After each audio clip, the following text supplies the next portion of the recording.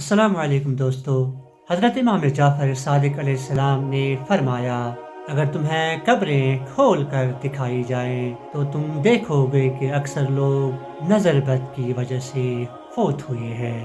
لہذا جب تم اپنے کسی مومن بھائی کی کوئی چیز پسند کرو تو اللہ اکبر کہو، تاکہ اس سے کوئی نقصان نہ پہنچے، کیونکہ نظر بد حقیقت ہے۔ اس حدیث مبارکہ میں امام جعفر صادق علیہ السلام نے بد نظر کے اثرات کی نشاندہی فرمائی ہے اور اس سے بچاؤ کا طریقہ بتایا ہے۔ جب ہم کسی کی نعمت یا خوبی دیکھیں تو اللہ اکبر کہہ کر اللہ کی بڑائی بیان کرے، تاکہ نظر بد کے منفی اثرات سے محفوظ رہے۔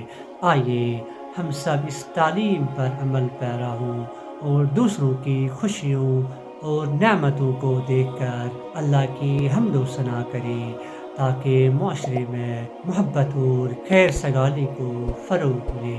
خدا حافظ۔